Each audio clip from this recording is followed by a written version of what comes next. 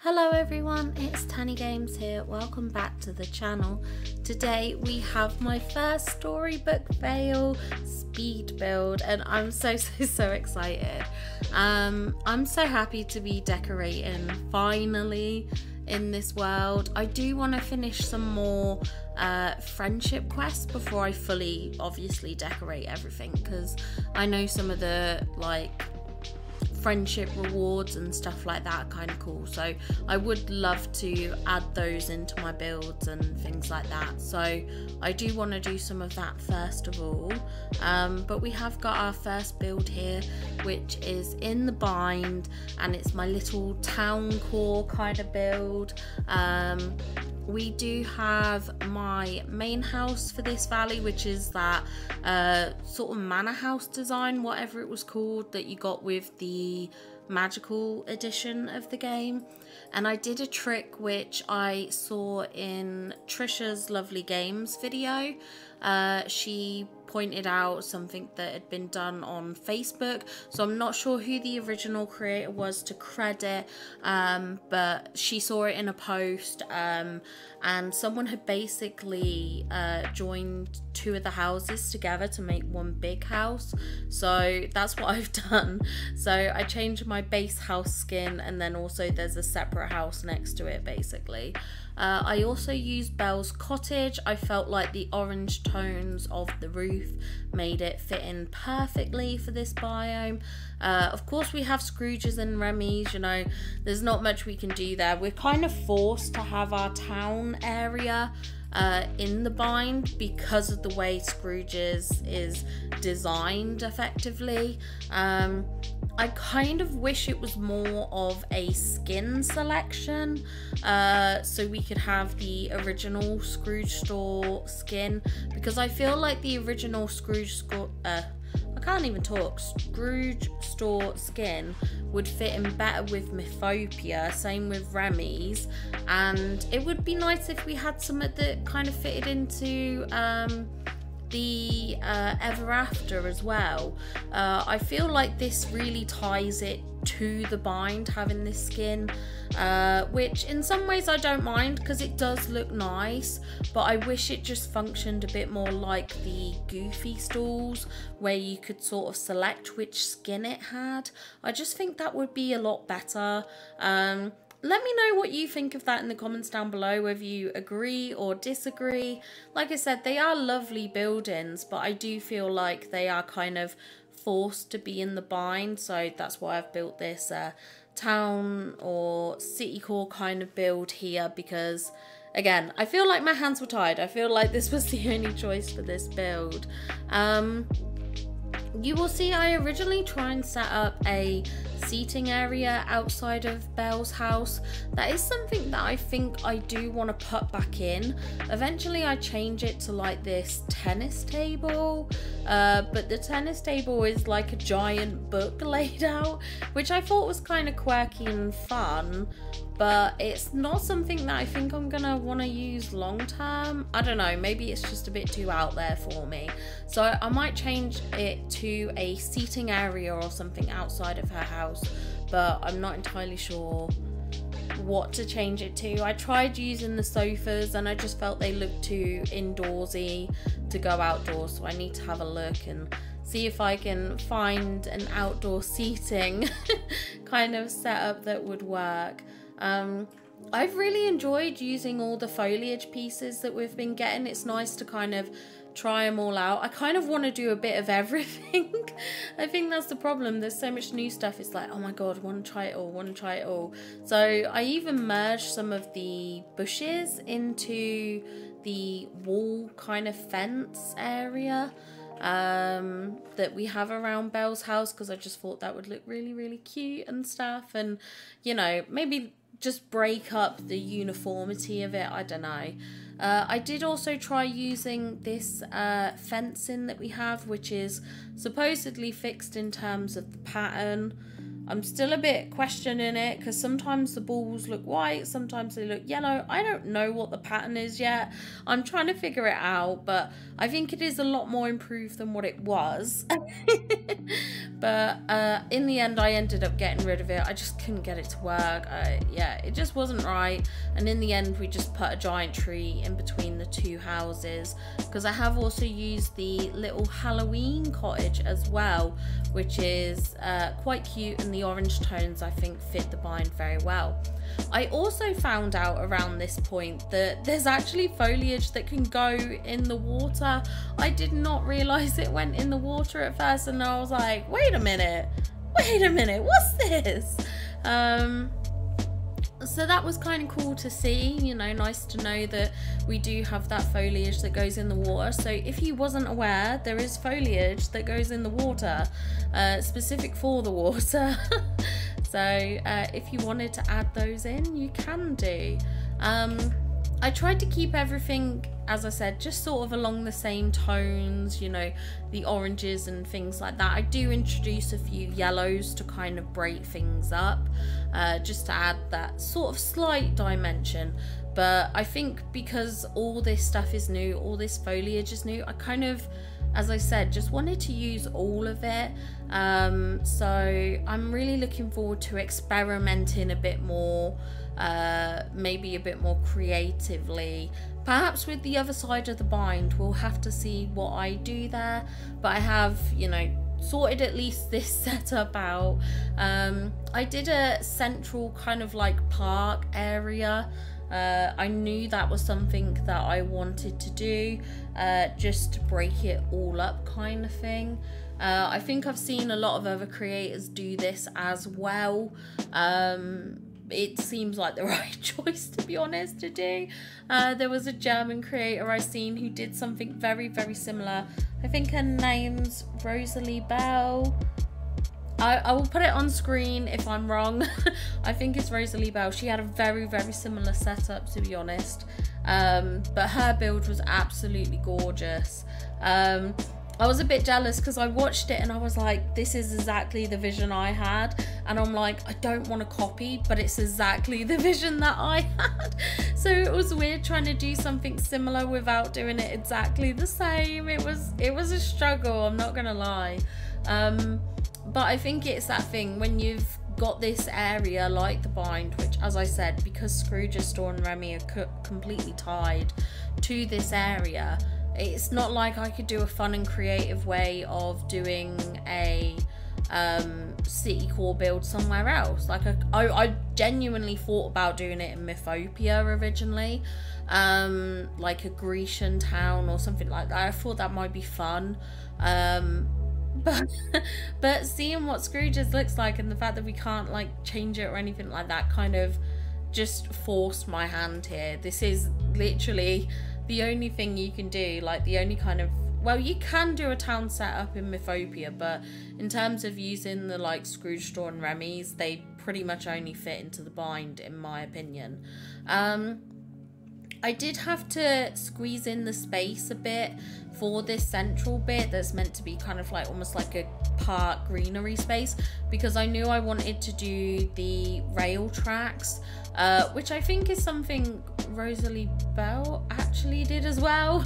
But yeah, I knew I wanted them because they're like my favorite to put in any kind of city core kind of build, and because my plaza in the main valley is more fairy core, I don't have this structured kind of setup elsewhere. So this is like my chance to do that kind of build. I've seen a lot of creators, I think Kandiru and Kira's Valley, they all have kind of like a track set up in their main valley, but I can't do that because of how my main valley layout is and the theming. So this was kind of like my opportunity to do that, and my kind of like city core place in Eternity Isle is kind of broken up into two areas. I have the market area, which does have Remy and Scrooge's, but because it's more of a market, it just kind of wouldn't fit the vibe. And then also I have the courtyard, which is also a city core build as well in Eternity Isle, but that's a bit small to fit in the tracks, or at least in the way that I wanted them to. Now, in regards to the park bit, I was trying to work out how to do the fencing for this for the longest time. I wish we had like a stone fence to match those pillars. Something that I'm kind of disappointed about with this DLC, which I didn't mention in my review, which I should have done realistically, is the lack of paths. The lack of paths and fencing with this update is genuinely gutting. I don't know if it's something that maybe as we do more friendship quests we'll get more. I don't know. Maybe we'll get more in part 2. Again, I don't know. But I really struggled, so I ended up going with, I think it's an Eternity Isle fence that you craft through time bending. I ended up using that just because I felt the colours of it matched a bit more, but I would really love a stone fencing to match these light pillars and structures and stuff like that. I genuinely don't know why they've skipped on doing like paths and fences. I don't understand it. Why someone explain it to me. But it does take me a long time to place that fencing because I can't just drag it because of the way that I prefer to style it, because I don't like the weird mismatched pattern. Personal preference, at least for me. I don't like that look. So I did have a look here at the Magnolia ones because I realised they're lighter, but they're just too tall. They're too tall. It just wouldn't fit in right. So again, I skipped that and continued with the regular fencing, but I have cut out chunks of that because I realised it's incredibly boring to watch. So I was like, yeah, no, that's not happening. I also spent ages trying to figure out an archway for this other side because I didn't have another one of the book pillars, and I didn't know if I wanted to include a second. So I think that ends up just staying empty. I did also try to decide on a pathing down the middle bit, but I think that comes a bit later, and yeah, I couldn't get anything good, so it stays blank for now. But if I can find a creative way to add pathing down the centre structure, then I will. I just couldn't find anything that aesthetically looked pleasing to me. I have been enjoying playing with a lot of the foliage pieces within this update. It's been a lot of fun kind of getting to experiment and see all the new different styles. You'll have to let me know what you think of the foliage pieces. How do you feel about them? You know, is it something that has excited you? Is it something that makes you happy? Like, what are your thoughts on these foliage pieces? What are your thoughts on the biomes? I think generally what I've seen, everything has been so positive about this DLC, and I am so glad because I think it does deserve it. It's not perfect, but I think it is absolutely fantastic, and I'm really excited to experiment with some of the other foliage pieces in Mythopia and also Ever After. I think Ever After is going to be a lot of fun. There is an Alice build that I have planned for the Alice area, but I'm gonna move on to that after now I've done this one. It's my next one to do, and then I think I'll tackle Mythopia after that. I'm just trying to think how I want to set it up, especially with Mythopia. I don't know, maybe I do. I did do my honest review video and someone left a comment on there, I forget who said it. Someone said about clearing all the trees out, and I might do that because at the moment I'm struggling visually with the space of Mythopia. I can't get my head around it. And it is a lovely biome, I absolutely love it, but I just can't work out the placement, like the vision for where I would want things. So that is something that I do need to work on, but perhaps doing that trick will help me visualize the space better, perhaps. I do also use the Nightmare Before Christmas town clock that you can get from doing the tapestries. You obviously do not have to use that town clock. You could use any. You could use Minnie's clock tower. You could use the park clocks. You could put anything in there. You could put in that Lance slash Blade dude, whatever his name is. You could put his statue in there, like anything that you want could go in there. But I just thought I like the wooden tones of it. I like the rustic vibe. That was kind of what I was trying to go for in this biome, was a very, very rustic look and appearance. We do get a bit fancier at Remy's. We do add the gold pathing, I think I add, not the gold, the golden opal.